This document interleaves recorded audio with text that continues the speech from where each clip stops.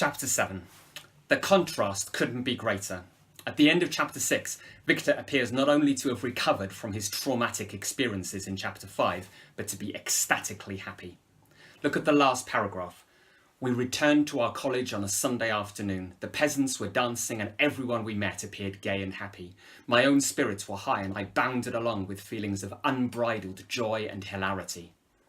Shelley is setting him up for a fall, highlighting to us as readers that Victor has been trying to escape his problems rather than confront them. As so often in the novel, the truth is exposed through a new narrative perspective. This time it's Victor's father, Alphonse, who will reveal the bitter news of the death of William, Victor's younger brother. I don't know what you think of the insertion of a letter here. Just to recap, Alphonse Frankenstein is writing to his son, who is narrating the account to Walton, who is writing to his sister. If you remember, we call this an embedded narrative within a frame narrative.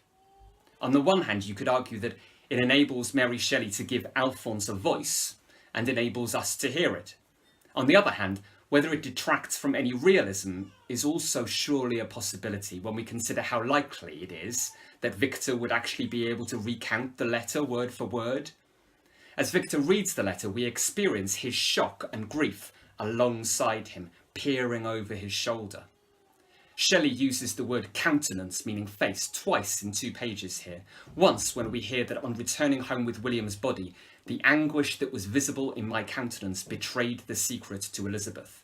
And then later, as soon as Victor has finished reading the letter, we're told that Clerval, who had watched my countenance as I read this letter, was surprised to observe the despair that succeeded the joy I had first expressed on receiving news from my friends. She uses the word countenance 48 times in total in the novel, so it's worth considering how she uses it as a recurring motif, an image or a reference with a deeper meaning. Perhaps, at least in this chapter, she might be exploring a contrast between candour and transparency on the one hand, and secrecy and deceit on the other. Perhaps Shelley is juxtaposing characters who are open, frank and honest with those who are not. Later in the chapter, when Victor becomes aware of the causes of William's death and that he and his creation, the monster, are to blame, he chooses to be anything other than candid and truthful. He hides the truth, keeps it a secret, keeps it private rather than public knowledge. This is a typically Gothic feature of the novel, and it serves to isolate Victor.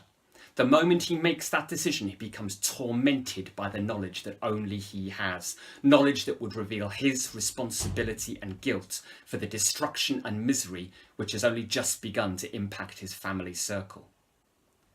Let's move back a little and look at Victor's return to Geneva. Mary Shelley certainly puts on a show, or rather nature does. A panoramic description of a thunderstorm set against the backdrop of the Alps is provided. While I watched the tempest, Victor writes, so beautiful yet terrific, I wandered on with a hasty step. The noble war in the sky elevated my spirits. I clasped my hands and exclaimed aloud, William, dear angel, this is thy funeral, this thy dirge. There's a whole range of things going on here, both for Victor and for us as readers. He's feeling conflicting emotions, intense grief at the loss of his brother, but also a sense of awe and release as he views the violent spectacle of the storm. The focus on the sublime, a sense of the greatness and power of the natural world, is of course a typically romantic feature. The extremity of the landscape and weather is also a Gothic feature of the narrative, and Shelley is using the sympathetic background here to tie the violence of the storm to the violence of the murder, to foreshadow the imminent arrival of the monster by raising the tension and preparing us for his grand entrance. Shelley's description is visually very striking when she says, a flash of lightning illuminated the object and discovered its shape plainly to me, its gigantic stature and the deformity of its aspect more hideous than belongs to humanity, instantly informed me that it was the wretch, the filthy demon to whom I had given life. At this point, we must remember who our narrator is, of course, Victor. The creature may have murdered William, but we will be moved to sympathise with him at times during the course of the novel. For now, however, Victor steers us towards disgust and condemnation. He's a wretch, a filthy demon, deformed and inhuman, as the impersonal gender-neutral pronoun it highlights. At the end of the chapter, our focus shifts to Justine and her imminent fate.